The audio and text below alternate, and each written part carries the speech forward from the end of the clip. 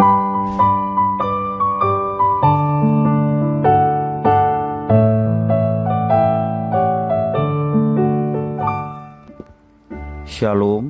devosi bilangan 29. Pemahaman banyak orang percaya di masa sekarang ini tentang hidup dan iman acap kali individualistik.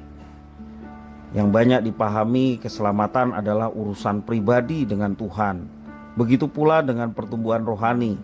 Bahkan ada orang Kristen yang berupaya meramu serangkaian ayat untuk dalam tanda petik membuktikan bahwa orang tidak perlu ke gereja dan menjadi bagian dari komunitas Kristen. Namun pembacaan firman Tuhan pada hari ini mengajarkan kita untuk kembali memikirkan betapa pentingnya kita beribadah bersama-sama dan memperhatikan pertemuan-pertemuan rohani untuk pertumbuhan iman kita, bukan saja individualistik hanya untuk kepentingan diri kita sendiri yang acap kali dipikirkan oleh orang pada masa sekarang ini.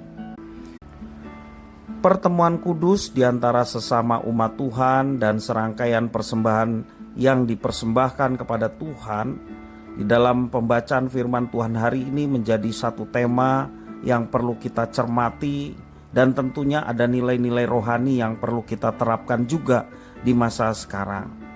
Kita perhatikan persembahan-persembahan yang diatur di dalam pasal 28 yang lalu dan juga 29 sekarang ya, adalah berkaitan dengan hari raya yang dirayakan oleh orang-orang Yahudi, orang-orang Israel. Seperti hari raya Paskah, hari raya roti tidak beragi, hari hulu hasil, juga hari peniupan serunai, hari penebusan dosa, dan juga hari raya pondok daun. Persembahan-persembahan yang diberikan pada hari raya tersebut tidak dapat menggantikan persembahan-persembahan yang diberikan setiap hari. Ini mengingatkan kita bahwa ibadah yang dilakukan secara teratur penting bagi kita karena dapat menguatkan iman kita. Di dalam hari raya tersebut, Tuhan juga merancang agar umat Israel mengadakan pertemuan kudus.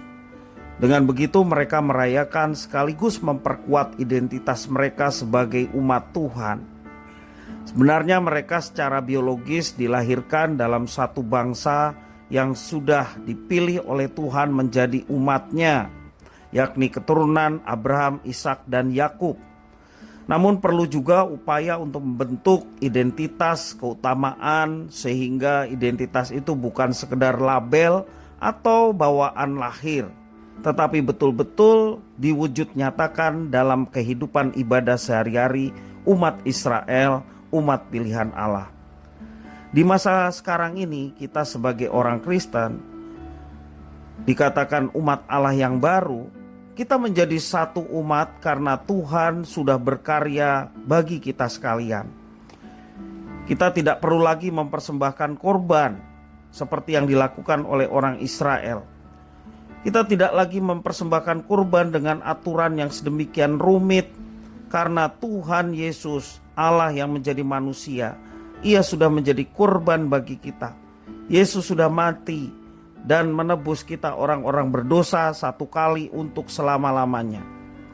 Tantangan kita sekarang adalah bagaimana kita tetap menghayati dan menggumulkan identitas kita sebagai umat Tuhan yang baru di tengah dunia yang penuh dengan perubahan ini.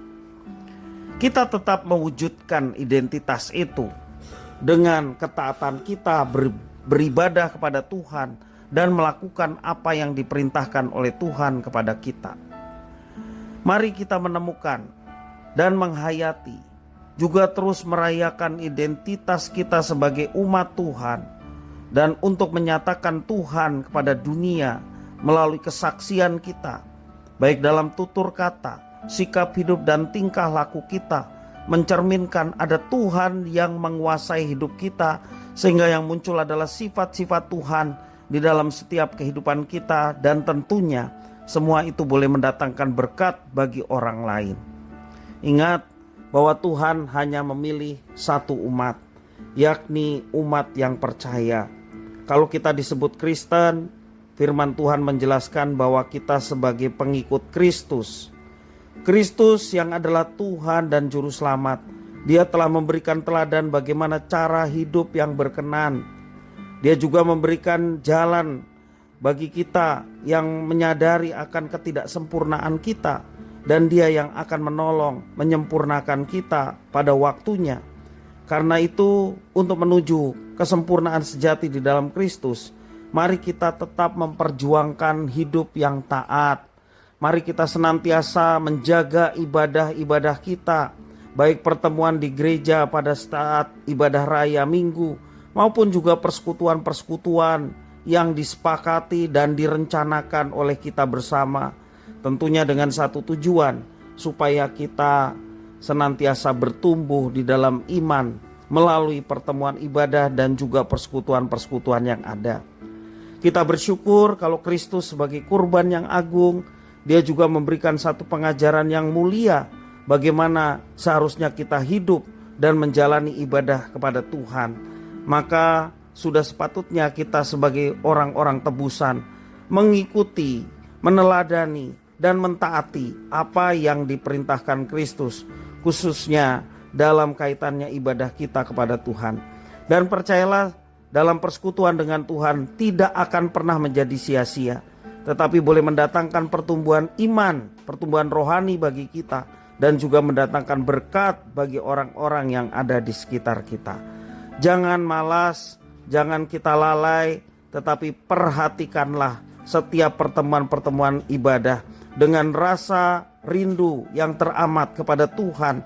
Kita menghadiri setiap pertemuan ibadah dan juga persekutuan-persekutuan yang lainnya, dan iman kita bertumbuh, dan persekutuan di antara umat Tuhan pun boleh terus diikat dalam kasih Kristus, saling mengasihi, saling memperhatikan, saling menolong satu dengan lainnya.